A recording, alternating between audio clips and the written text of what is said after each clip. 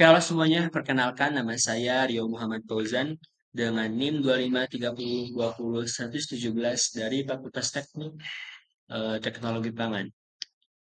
Oke, teman-teman, pernahkah kalian bertanya apa sih fondasi dari berdirinya negara Indonesia?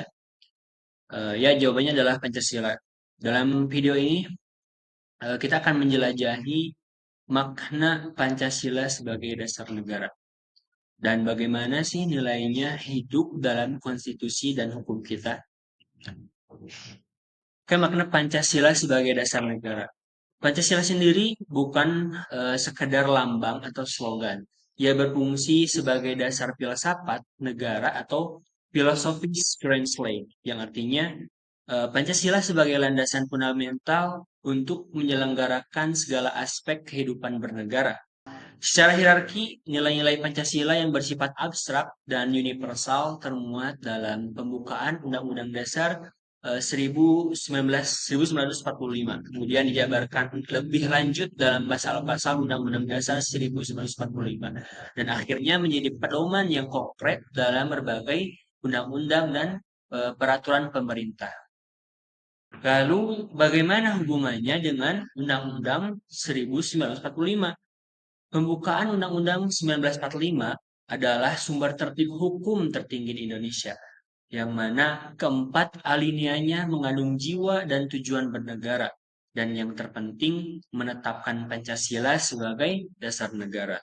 Oleh karena itu, Pancasila juga disebut sebagai sumber segala sumber hukum, yang mana ini ditegaskan dalam pasal 2 Undang-Undang Nomor 12 Tahun 2011 yang isinya setiap hukum dan peraturan di Indonesia tidak boleh bertentangan dengan nilai-nilai Pancasila.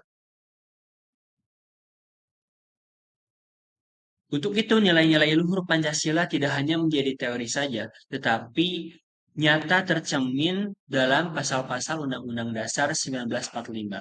Mari kita lihat contohnya, seperti dalam sila pertama ketuhanan yang Maha Esa, diwujudkan dalam pasal 28E dan 29 yang menjamin kebebasan setiap penduduk atau rakyat Indonesia untuk memeluk agama dan peribadatannya masing-masing. Kemudian contoh yang kedua yaitu dalam sila kedua, kemanusiaan yang adil dan beradab.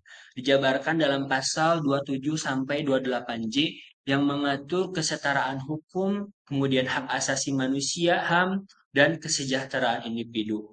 Kemudian juga dalam sila ketiga Persatuan Indonesia ditegaskan dalam pasal 1 dan 18 tentang bentuk negara kesatuan Republik Indonesia dan otonomi daerahnya.